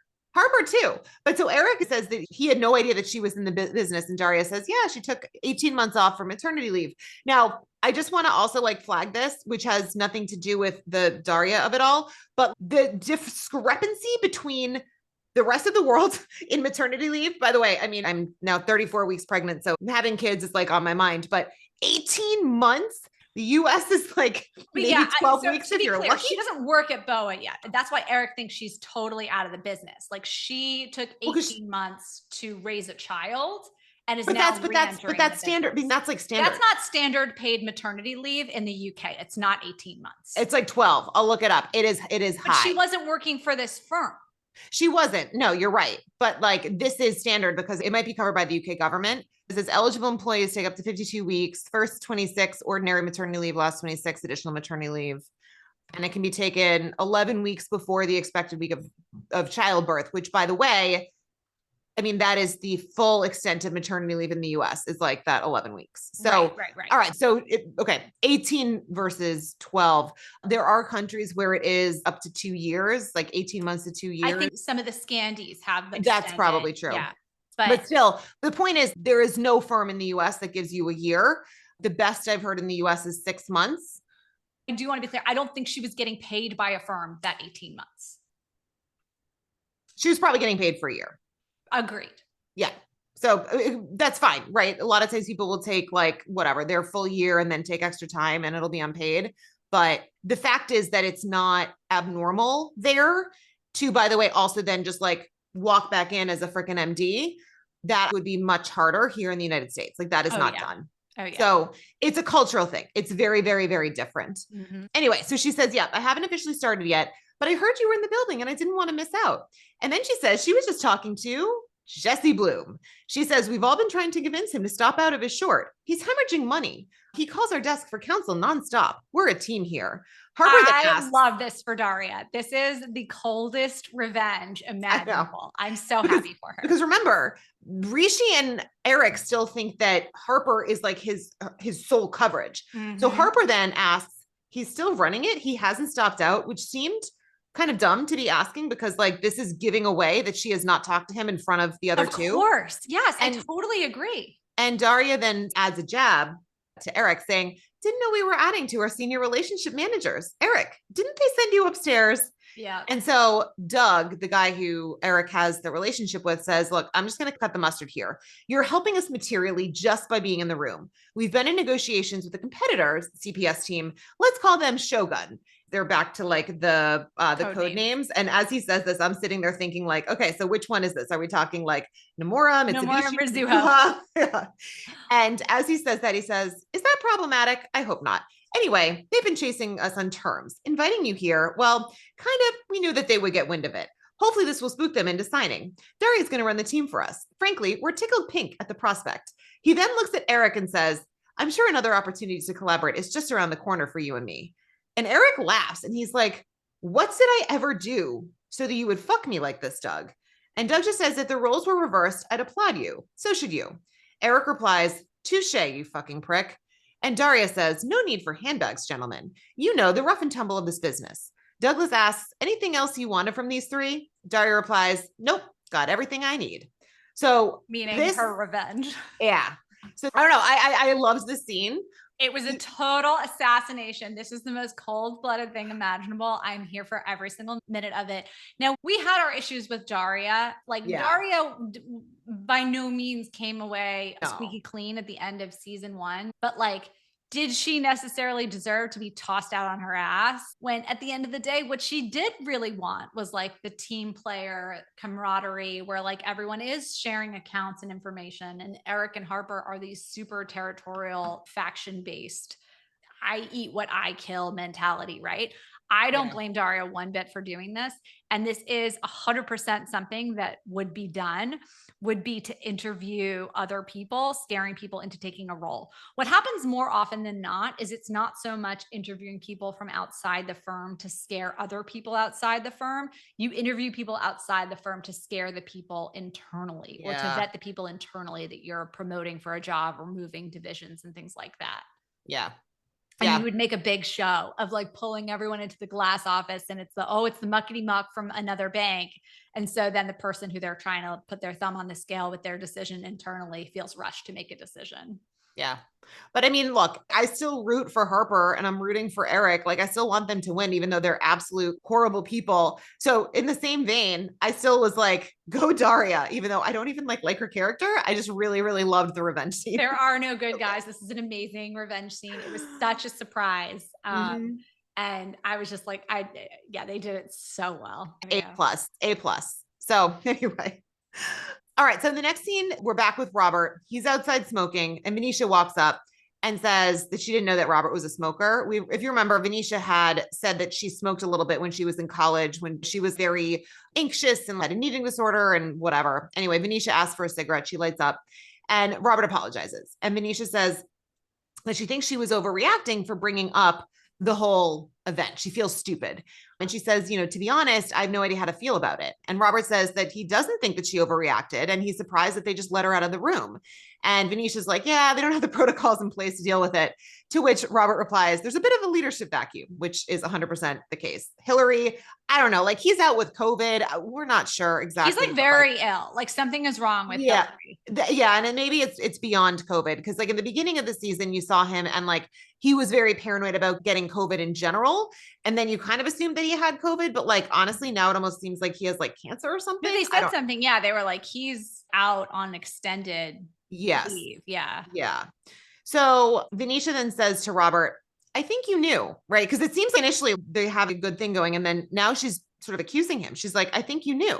Robert says, excuse me? And Venetia said, you heard me. You don't have a normal relationship with that woman, the way you spoke to each other. And Robert is just like, well, I cover her. It's a deeply personal relationship when it's successful. And Venetia says, bullshit. She spoke to you like you were her toy, her plaything. And Robert says, so did you. And then he apologizes that anything happened to her. And Venetia says, that's all right. You couldn't have known that would happen. Not like you sent me a concerned voice note or anything. Now, I didn't love this because like, I don't blame Robert for it happening. I don't know. I'm the whole gotcha moment of this voice message being like, oh, you knew. I'm totally with you. The thing is Robert is in a lose-lose dynamic with Nicole. No matter what happens surrounding this relationship, nobody wins here, right? Like nothing good can come from this. So to your point, I don't know what Robert was supposed to do. Was he supposed to, the second Venetia sat down at the table, leap up and say, this woman is a sexual predator, stay away? His relationship with Nicole is way too deep and complex for that. And his relationship with Venetia is too complex for that. That's simply just not realistic to expect. He has feelings for Nicole. Nicole is hurting him and has hurt him. And he's hurt by the reveal that she had molested Harper. And so I don't think protecting Venetia was at the top of his list. He was more worried about himself, but he showed a level of concern for her that I think is, quite frankly, more than most people might have done in his situation, because I don't think it's a guarantee that she was going to attack Venetia. Like, no. First of all, dumb question. Who's to assume that they would both share a car home? I mean, it seems so extreme, by the way, that this woman is such a sexual predator that she's assaulting every single person who gets in her orbit. It's very bizarre. Yeah. Like, especially because she seems like she has a relationship with Robert at this point. Right. So I'm with you. It's just one of these things where if you go back and you think, okay, I'm Robert and I rewrite history and I do the right thing, like, what is the right thing? I guess he could have stayed and just like gotten more abuse from both of them. Like, yeah. So I don't know. But again, it's a complex thing. I wish they had almost let it be complex. And everyone's insinuating that Robert knew and allowed this to happen. And I just don't think that that's what happened. I think that I think that he thinks the worst of Nicole. And I think he had a moment of realization of, oh, this could happen. Yes. And tried to do what the right thing was once he had that realization. But I don't think he left Venetia at that dinner being like, fine, you go get attacked by her. Like, I don't think that's what he was thinking, which is basically what they're implying. Right. So anyway, back on the desk, DVD and Kenny are talking, right? They're still trying to figure out what to do. Like, let's run it up the chain first and we'll see if we need to get HR involved, blah, blah, blah. And as DVD comes back, he asks where Rishi is, which back to like the comic relief here. So Robert says he's at the dentist. DVD's like, again? Like, what is going on, you know? He's like, what has he got? A fucking abscess? And Robert then says to DVD that he needs to talk to him because he lied and that he did in fact have a sexual relationship with Nicole. And DVD was just like, wow, that's thorny. Are you sure? He goes, are you sure? And Robert goes, what do you mean? Am I sure? And DVD's like, yeah, what a weird thing for me to say. I don't even know what I'm saying. It's mildly hilarious because it just shows like how much shock he's in. That, like, are you sure? Like, well, he says her of all the women, and Robert says, what is that supposed to mean? You think it was a dig at Nicole, like all this locked up old bag? I do. I think he more meant, as opposed to all the grads floating around, as opposed to all of your peers, a client. I think that's how I took it. Like, I didn't. He had the history with Yasmin. He had the history with Harper. He had all these messy relationships internally. And DVD has had these messy relationships internally. But the thing that distinguishes this relationship isn't so much the age, it's the fact that she's a client. I took it more of a dig at Nicole, partially being a female and partially being older. Mm-hmm. The thing is with Robert, it became consensual. And I think that he was surprised that it was. And I think there's probably more situations where a older man who is a client gets in a consensual relationship with a younger salesperson and people are kind of like, oh, okay. I don't think there would be the same reaction. Interesting. I could be wrong. No, I don't. Anyway, he says how unprofessional it is, which I thought was very ironic given his relationship with Harper. Well, I think what's happening now is all of a sudden this dawning of realization on DVD. He says it's deeply naive and unprofessional, but then he says that behavior will always blow back in your face. He is now not talking about Robert in my mind. He's talking about himself and about having slept with Harper. And I think he's starting to ruminate on that. He does say, by the way, that's the kind of relationship you have to disclose to the regulators. That's actually something I just don't know what the rules are around that. I know that obviously internally you have to disclose relationships. I would assume that if you are having a direct relationship with like the portfolio manager that you're covering, you would probably need to disclose that these days. Yeah. But again, lots of people were hooking up with clients back in the day, and it was never like analyst with a portfolio manager like Robert is, but it was definitely like junior person at buy side, client, junior person at sell side, that kind of thing. Yeah. So then Robert adds that he knew it was a pattern of behavior. He says he doesn't know the details, but he knows something happened with Harper when she first joined. Right. And DVD is then like, oh, fuck, she's been holding that in the whole time. So now he's like, all, he thinks he now understands why Harper is the way she is, right? Yes. He is now reading Harper's totally sociopathic behavior through the lens of she's a victim of sexual assault. And that's why this would drive her to behave this way. Maybe that's how Venetia might end up as a result of this. But that, I believe, is by no means what makes Harper the way she is. Harper refuses to be a victim under any circumstance. You're not going to call her a queen. She's a king. There's no special treatment for Harper. And so I think this reveals a deep misunderstanding that's developing 100%. In DVD's mind about why Harper is like this. 100%. That is a total fallacy. But it does open the door for him to be receptive in a little bit. Yes. So, yeah. All right. So next scene, we have DVD go up to Adler, who basically is like, why are you involving me in something that is so low level?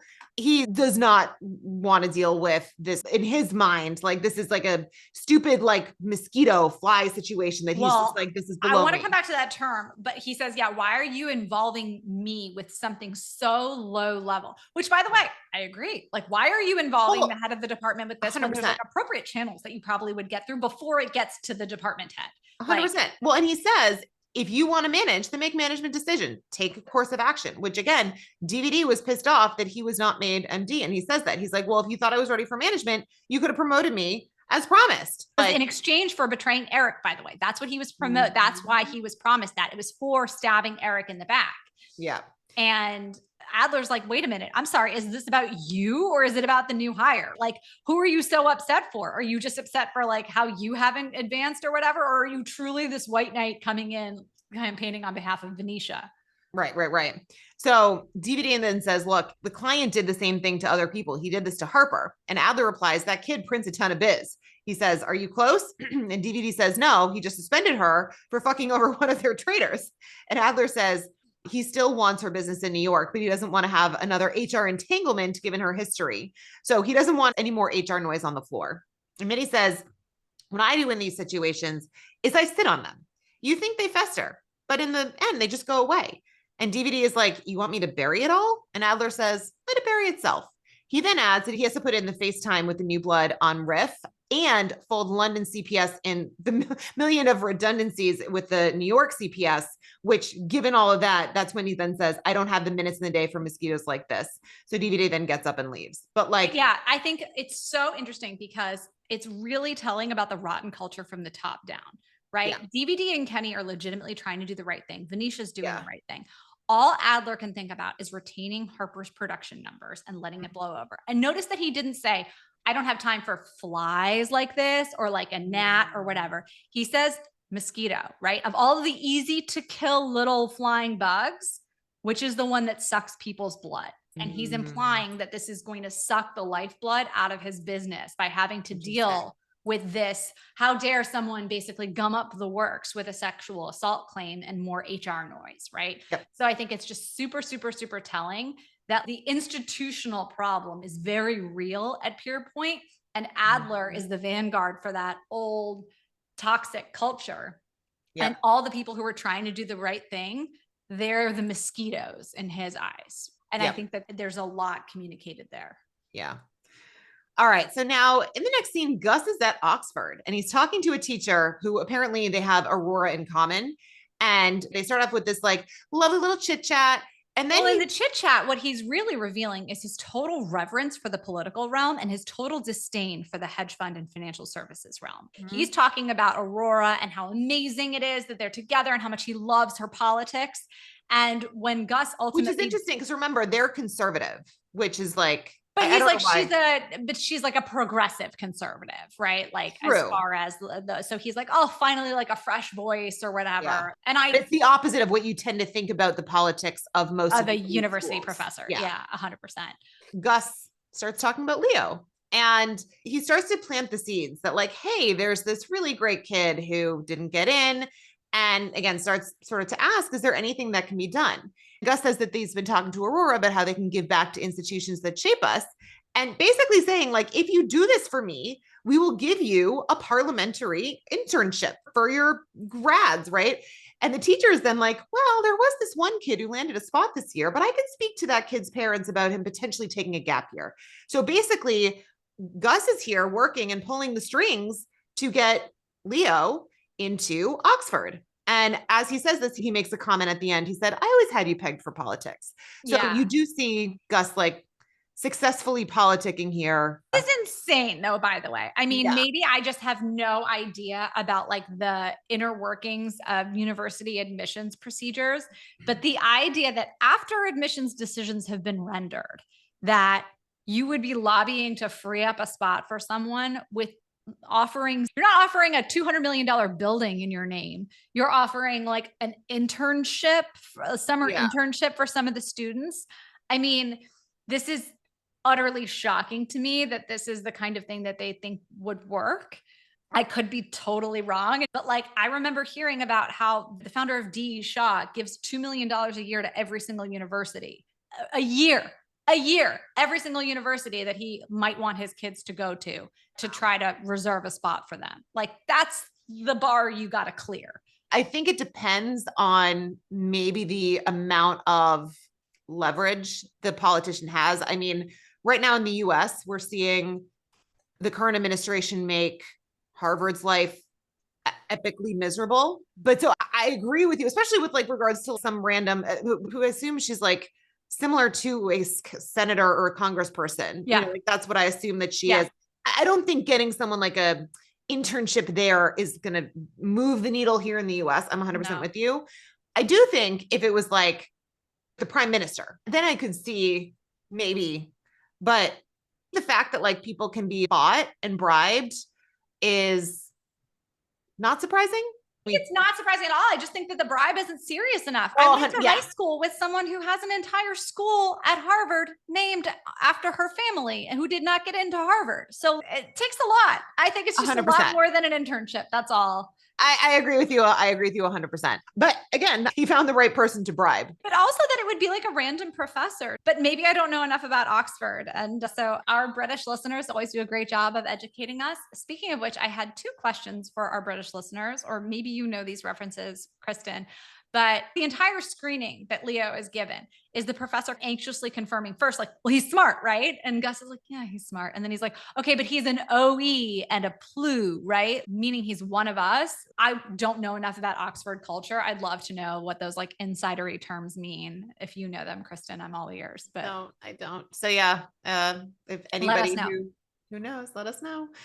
Okay, so now next scene, we're back in London with Eric, Rishi, and Harper, and they're at a bar drinking. And Rishi says to Eric, I don't know why we brought you. And Harper says, don't talk to him like that. You know, she's defending him.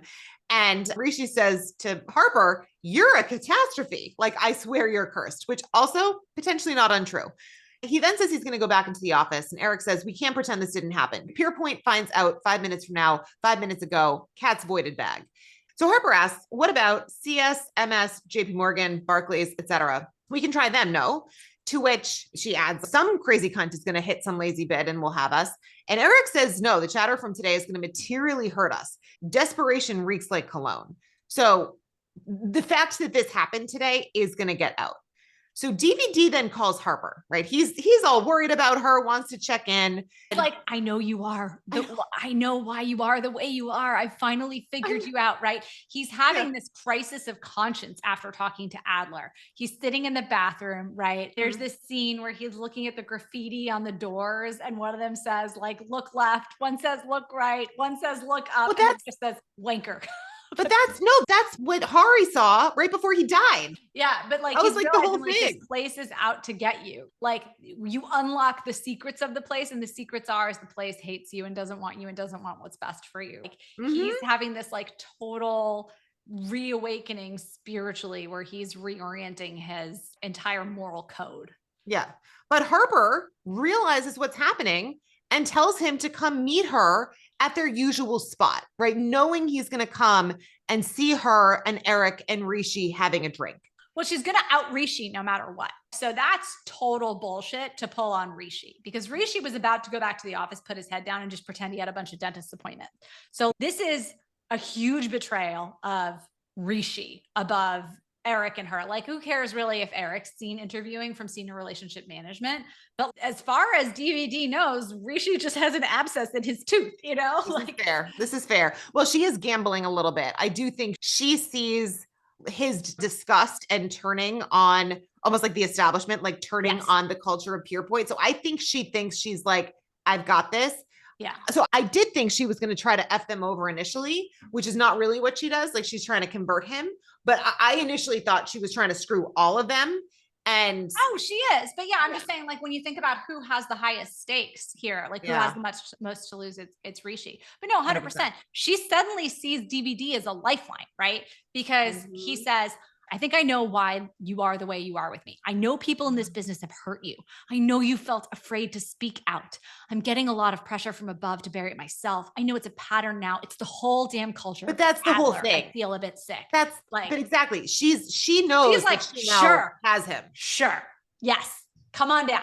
Like, I'm totally going to play this to my advantage. Right. Yes. Like, and actually it's kind of genius. Like I was like, oh, good job. Good job, Harper. But yeah, so when she comes back, this is where Eric confronts her about the fact that, like, how did they not know that the Yankees covered Bloom? Like the fact that they had been trying to sell that they own the relationship, that was a lie. And Harper says, well, I did think he cut me loose, but as ridiculous as this sounds, the fact that he hasn't stopped out of fast aid means I'm still in his head. He's not the type that wants Daria style parrot of broker, no coverage. He wants edge. He wants someone who can say definitively, I know for certain. Do we agree? Do we think that the fact that he hasn't stopped out of his short means that he hasn't gotten over his relationship with Harper? I don't. I think she's scrambling for scraps. Psychotic. She's a total sociopath. But I also think she's trying to spin and cover for herself. This is her in like defense mode, trying to like, you know. I think she believes it. I think if she were truly in spin mode, she never would have admitted that she thought he cut her off. That's actually a good point. This is a good point. But yeah, so next scene, and this is also like, I thought kind of almost like a full circle moment, similar to like what happened with Daria. But the next scene, Kenny walks up to the PWM floor and knocks on the glass door, you know, while Yaz is in a meeting. Kenny says to Yaz that he knows that Venetia came to her with something serious and her response was disappointing. And that from the outside, it looks like she was trying to silence her. And Yaz is just like, are you fucking kidding me? Because the irony of this whole thing, and we talked about this earlier, is that the reason that she was sort of almost like conditioned to give this advice is she wanted to freaking out Kenny. And she was basically told not to, and to be a team player. So the fact that now he's the one lecturing her is like so ironic. And so she screams at him, again, calls him a narcissist, and then walks away.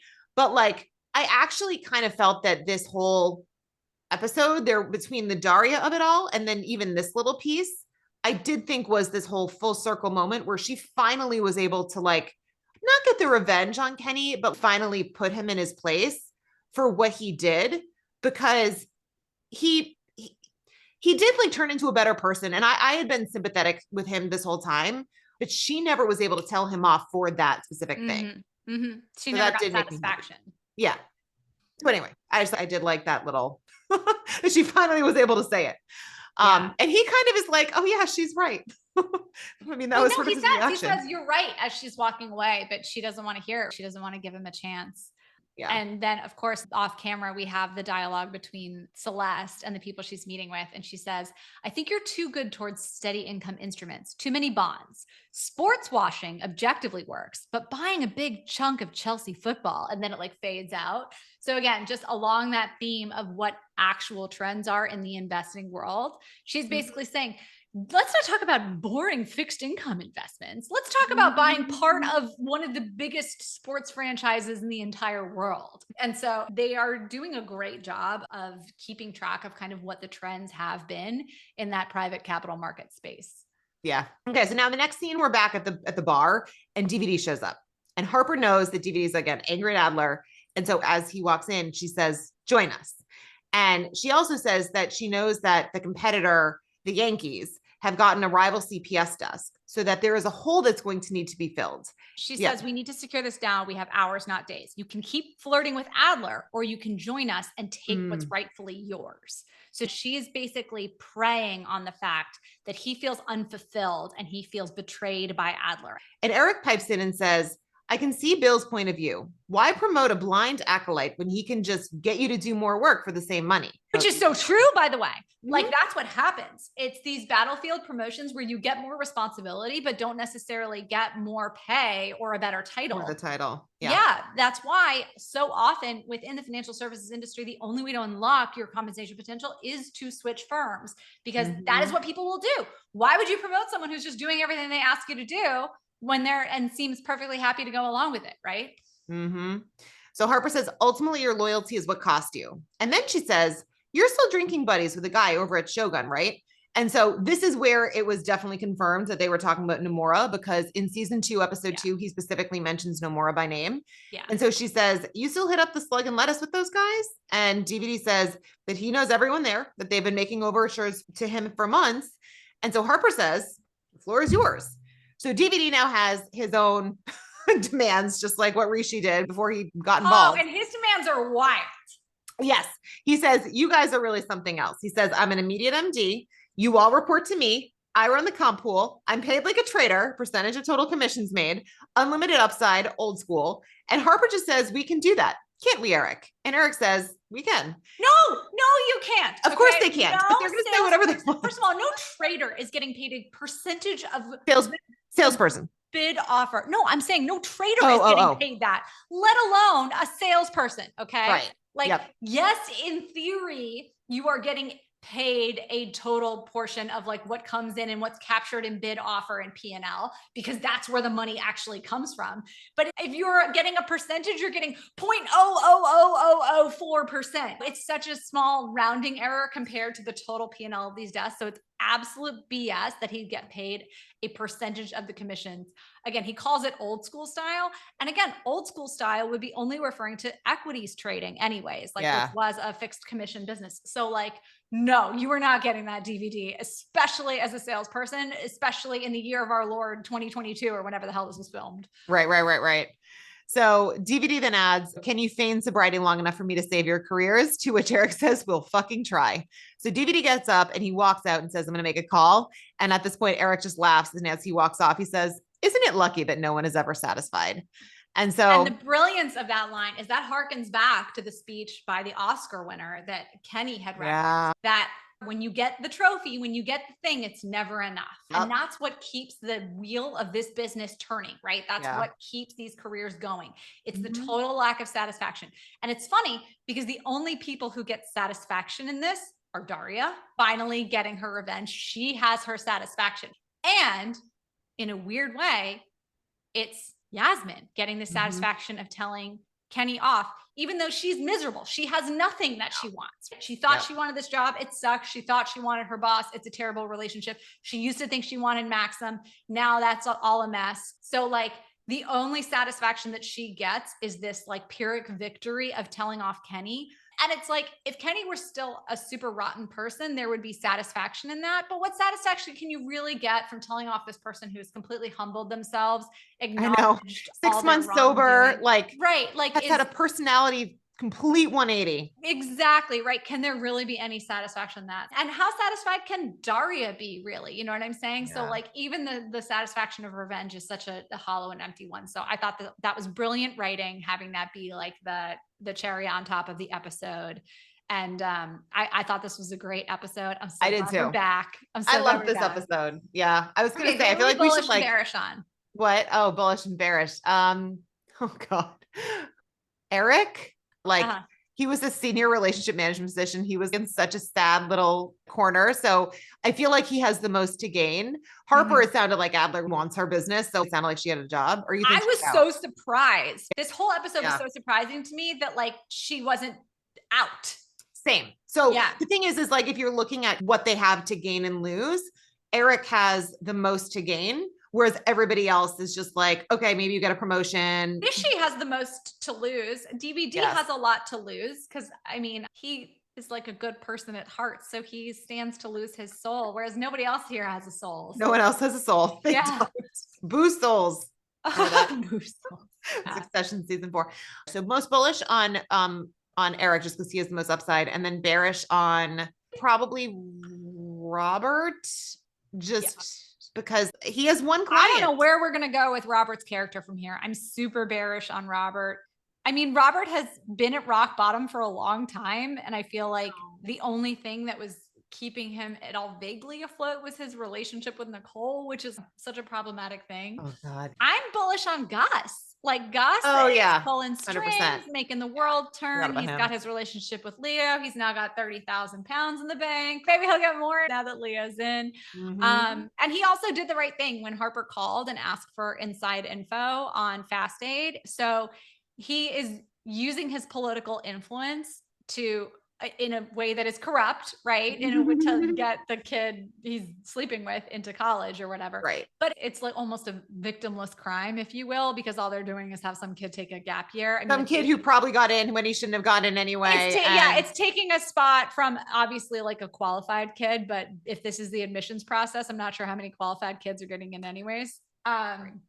But I applaud him for doing good things for the people he cares about and using his powers for at least like a limited evil instead of like a straight up evil.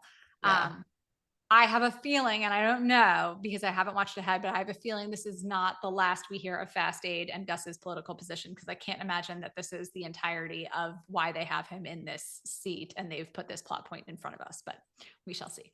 All right. Well, we are planning to do the final episode of season 2 next week. Oh, it's an 8 episode. This is the penultimate episode. Oh my gosh. The penultimate episode. So we only have one more to go. And then we're on to season 3. So we are going to try to do as much as we can into the summer.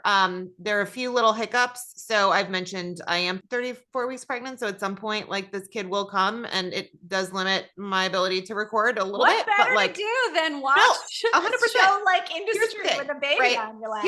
It's funny. We were talking about maternity leave. First of all, I think there is just such a different mindset in the US. Like I love my kids more than anything in the entire world. Like I hate pregnancy so much. I would not be having a 4th kid if I didn't love my kids to the end of the universe. But I also love working. I love what we do. And being able to like do both is so much fun. So there is no concept of maternity leave here. Like Jen and I, this is our own business. Our business is another little baby. This baby also needs some love. So whatever, like kid will be sleeping. Well, it'll probably take us like 5 hours to record because I'll be like, hey, hold on, I got to go feed the kid and then come back. But we will be getting through season 3. And any other announcements or anything else, Jen? For those of you who are not following us on social media or listening to the big podcast, I'm not sure when this episode is going to be coming out. This Thursday, May 29th at noon Eastern time, we're having a free live Excel masterclass to get you ready for either starting your full-time job or your summer internship, taught by none other than Miss Kristen herself. So sign up and reserve your spot. It's totally free, and there will be a 48-hour free replay. So we're so excited to be back, guys. Thanks for your patience while we were away, and we'll talk to you next week. All right. Awesome. Thanks, guys. Bye.